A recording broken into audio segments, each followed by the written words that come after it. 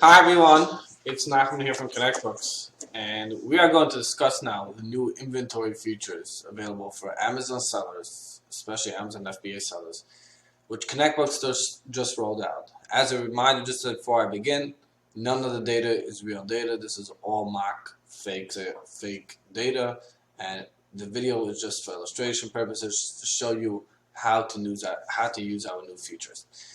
So in the previous video, I showed you how to, I explained about the dashboard, the performance indicators, and the top sellers. Now we're going to jump down a little bit into the inventory alerts.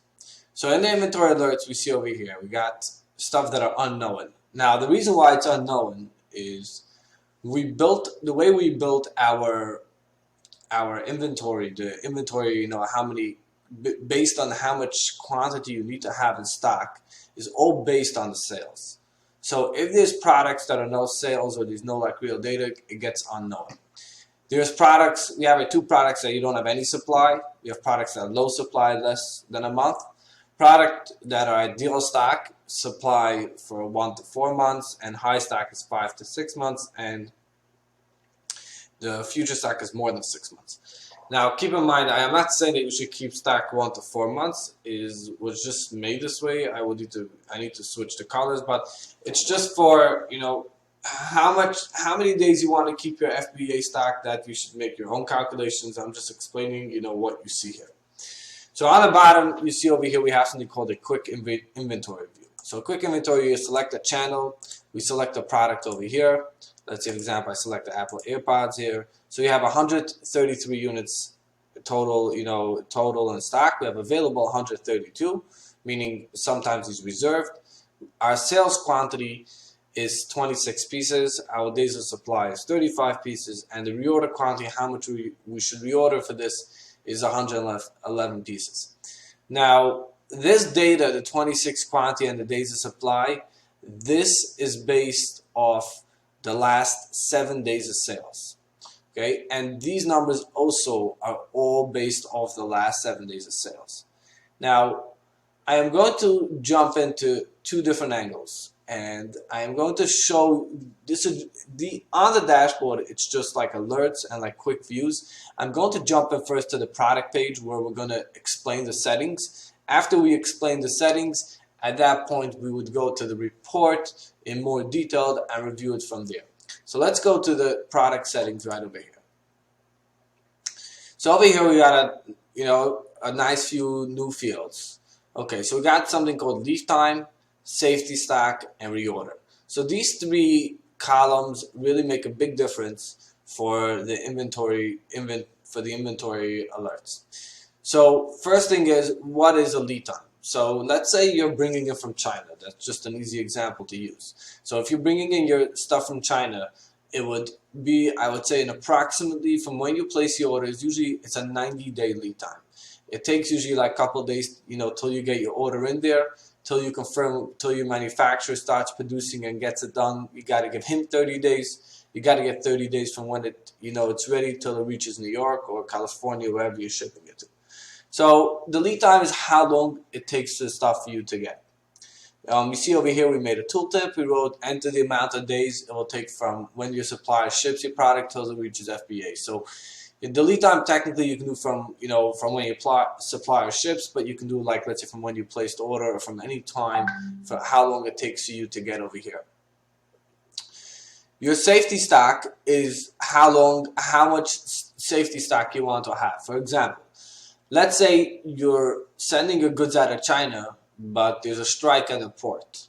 So now for 2 days your shipment is going to be, they're holding up your shipment, so you're running low on stock. So how many extra pieces do you want to keep in stock in case of any shortage or in case, something gets delayed at some point? And you see here the example, enter the amount of pieces you want to keep in stock of a shortage, for example, if your shipment is delayed within a week. Then we're going to go to reorder point. So reorder is really, what is your average days you want to keep in stock? Now, I'll tell you really where this is really very powerful, because let's say, for example, you don't want to incur long-term storage fees, or, Amazon also has different scores in every account. let's say for example, if you move your stuff very fast, you have a better score by Amazon, and then you can send them more stuff. So you want to keep on moving your stuff quickly, meaning to say, even if you have something that's not good, not necessarily you should send always right away everything to FBA. Maybe keep something local. So the reorder quantity, technically maybe you can do like 15 days or 30 days. How many days do you want to keep in stock in FBA? Now, all these reports are typically off FBA because all the inventory that ConnectBooks has is everything that comes from FBA. So here we have basically three things. We got the reorder point, we get the the safety stock, and the lead time. Okay, so let's jump a minute here to the reports. Let's go to reports, and we're going to go now to the inventory report. So on the inventory report, I'm going to press over here, run. Okay, so let's go through first the basics, and then what we'll do is we'll go back to the other page where we had all the settings, and we'll take these and we'll apply it to those settings over there. So over here we have this. On this product, we see you have in the picture, we have 1,128 units. That's the total inventory available. This is the inbound. If you put your mouse over each column, you should be able to see more like a description of what each one is. Like, this is available, this is inbound shipments. So here we have 1128 and we have 40 inbound. Then we have available inventory, which is actually available. Now, this report gets refreshed, I would say 4 to 5 times a day. The data is accurate as of the last 2 hours. So the available means to say how many you had available as of that day. So we have 1,062 units available. Then we have the reserved, how many pieces are reserved, which you see right over here. FC transfers 26 pieces, FC processing and custom orders 43 pieces. Then we have days of supply. Okay, so this days of supply works, it has a hidden functionality, which I'm going to explain over here. So days of supply works means to say, based on your sales data, how many pieces are still available. Okay, so over here you see that we have like this. We have days of sales data. Based on your last 7 days of sale, and based on what you currently have in stock, here we only have enough stock for 8 days. We can switch this over here to order date now and include the open orders. When we say orders that were actually ordered but they weren't shipped yet. Now, the days of sales data, sometimes people say 7 days not accurate. You can do 30 days, 60 days. We made it very simple, very straightforward. We leave it 7. If you ever want, you can always switch it and run the report multiple ways, so you really understand exactly how the product functions. So I'm going to rerun it here on order date. Let's see, we'll do the last 7 days on order date. So actually, you see here it became a negative because not negative, it's red, because it only has enough for 6 days. That's because the number changed. It went to 173 pieces. Now this is the sales quantity from the last 7 days. This is the average daily sales. This is the gross sales, and this is the average daily quantity. So on a day-to-day basis, we sell 173 pieces. So if you're going to take 173 and divide that by 1128, it's going to come out that you have enough supply for 6 days. Now, what's with the 6 days? So the 6 days also, we have another built-in feature, is that we only calculate positive days of stock. That means to say that, let's say, for example, this product in the last 10 days, you only had 5 days in stock and 5 days you didn't have in stock. We would only calculate, we would take the total sales and split it, by the quantity, but only for days you had stock, actually, not for days you didn't have stock. Now, the reorder date is the date you should submit your order. So, and then the reorder quantity is how many we should order. So the reorder quantity over here is telling us to order 5,000 pieces. That's based because we did 173 in sales. We did 173 in sales. So if you take 173 times 30, would come out to 5190. So let me explain a second. Let's take the Apple iPod Pro. I'm going to copy this. And let's go back over here to the product settings, okay? Now I'm going to, let's paste it. Okay, so you have the Apple iPad Pro. I'm going to put in that this has a lead time of 2 days, okay? And I'm going to say that I want to have a reorder point. I don't want to keep 30 days on hand. I only want to keep 10 days. Since I get it so fast, I don't want more than 10 days. And then safety stock, I want to keep extra 20 pieces, let's say, on hand in case of safety stock. Now, if we're going back to the report, yeah, let's go back to our inventory report. And let's run this, let's switch it to order date. So we have the same as before and do run. Okay, so now if you see, it said we put it in, it's telling us that in 1028 we got to place an order. Before we had an order date of 1030. So we have 6 days left, right? So since we have 6 days left, and we want to have our stuff on time, then we have to enter it 2 days before the 6th day. So before it's at 1030, now it means say only in 4 days. You know, we got to order 2 days earlier. We need to start ordering our stuff. Now all of a sudden you see the reorder quantity went down to 1730. Why? That's because I told them I don't want to keep more than 10 pieces in stock.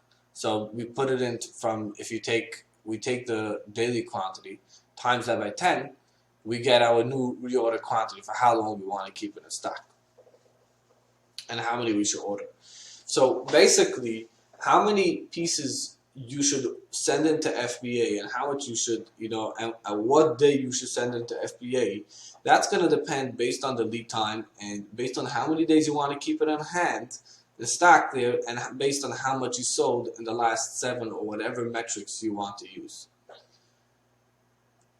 I'll explain another few little things here. On this report, we have something called the asset value.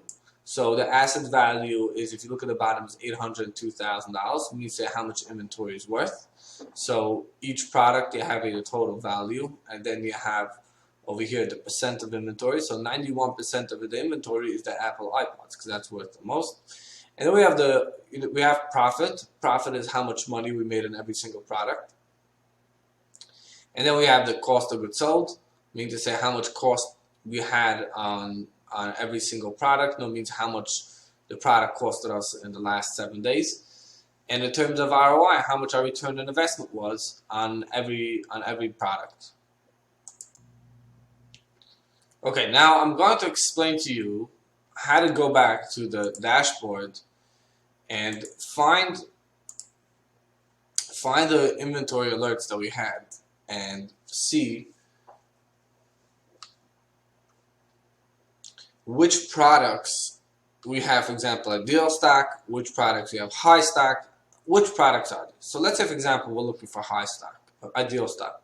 So it's saying you have 5 products. It says you have 5 products that have supply for 1 to 4 months. Okay, so let's go back to our report. Let's go back to reports, get to the inventory report. We'll remember to sort this by order date and do run.